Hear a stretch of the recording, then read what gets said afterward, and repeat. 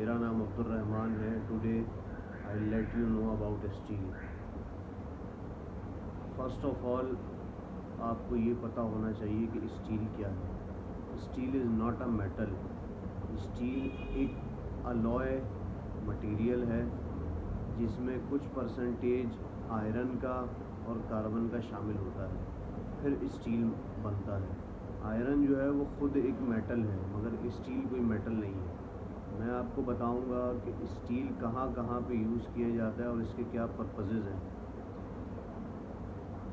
Steel जो तैयार होता है वो 1400 डिग्री के टेम्परेचर पर तैयार होता है। एक नॉर्मल रूम टेम्परेचर पर या नॉर्मल एनवायरमेंटल टेम्परेचर पर नहीं तैयार होता। ये 1400 डिग्री सेल्सियस के टेम्परेचर पर तैयार होता है, फिर ये तैयार होने के बाद यूज़ किया जाता है। इसके काफ़ी सारे शेप्स हैं स्टील के। जब इसको तैयार किया जाता है डिफॉर्म बार को या टॉर बार को, तो इसके शेप्स होते हैं। इसके जो शेप्स हैं उनमें एक क्रीसेंट शेप है, एक हेरिंग बोन शेप है और एक स्पायरल शेप है।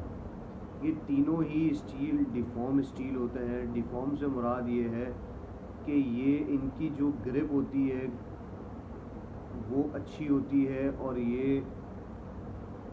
एक दूसरे को, कंक्रीट को और ये ख़ुद आपस में जो है वो ग्रिप कर लेते हैं। इनमें ग्रूव्स होते हैं, इसीलिए ये डिफॉर्म बार कहलाती है। ये मिल में जहाँ तैयार होता है वहाँ पे इसको शेप दिए जाते हैं। इसकी अलग अलग स्ट्रेंथ्स हैं। इसकी टेंसाइल स्ट्रेंथ जो है वो 40,000 PSI या 60,000 PSI तक होती है यूजुअली।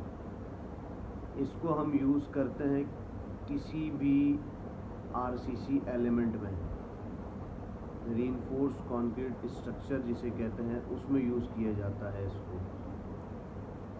वहाँ पे इसको एज अ रीइंफोर्सिंग हम यूज़ करते हैं कि जो भी हमारा कंक्रीट एलिमेंट है उसमें स्ट्रेंथ आए, प्लस वो जो क्रैक्स ड्यू टू कॉन्ट्रैक्शन या ड्यू टू एक्सपेंशन जो क्रैक्स आ जाते हैं कंक्रीट के अंदर, ये उससे रेजिस्ट करता है और अवॉइड करता है, क्रैक्स को आने नहीं देता।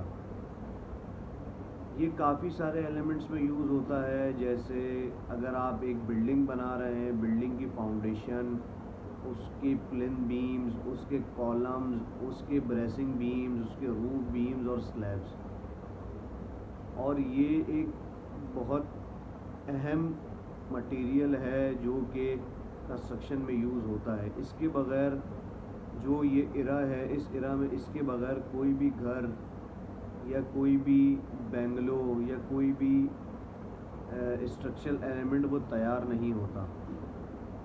ये स्टील की काफ़ी सारी टाइप्स हैं। MS स्टील है, स्टेनलेस स्टील है और आयरन स्टील है।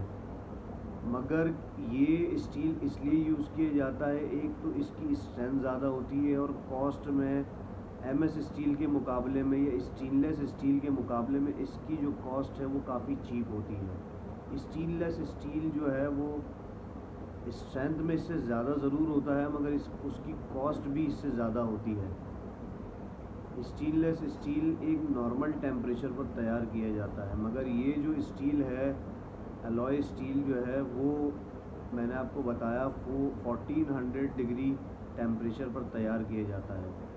अच्छा, आपको ये पता होना चाहिए कि ये स्टील जो है वो फायर रेजिस्ट है या नहीं। तो मैं आपको बताता चलूँ, स्टील जो है वो फायर रेजिस्ट नहीं है। अगर इस पे फायर, आग जो है उसके अंदर इस स्टील को डाला जाए तो ये अप्रॉक्सीमेटली 25 मिनट्स में अपनी 75% स्ट्रेंथ खो देता है। और इसका जो मेल्टिंग पॉइंट है वो 2400 डिग्री सेल्सियस है। और 2400 डिग्री सेल्सियस पे ये मेल्ट होना शुरू हो जाता है, पिघलना शुरू हो जाता है। और इसकी एक ख़ासियत ये है कि ये जो स्टील है वो इलास्टिसिटी और प्लास्टिसिटी वगैरह में स्टेनलेस स्टील और एमएस स्टील के मुकाबले में ज़्यादा बेहतर होता है। इसकी इलास्टिसिटी, इसकी प्लास्टिसिटी उनसे ज़्यादा होती है, इसीलिए ये कंस्ट्रक्शन में एज अ रिइंफोर्सिंग एलिमेंट यूज़ किया जाता है। होपफुली आपको ये इंफॉर्मेशन पसंद आई होगी, तो प्लीज़ मेरे पेज को लाइक करें, सब्सक्राइब करें और कमेंट करें। इंशाल्लाह अगली वीडियो में मैं आपको बताऊंगा कि ये स्टील कहाँ पे यूज़ होगा और इसका बार बेंडिंग शेड्यूल मैं आपको बताऊंगा कि वो किस तरह तैयार किया जाता है। अब तक के लिए अल्लाह हाफ़िज़, अपना बहुत सारा ख्याल रखें।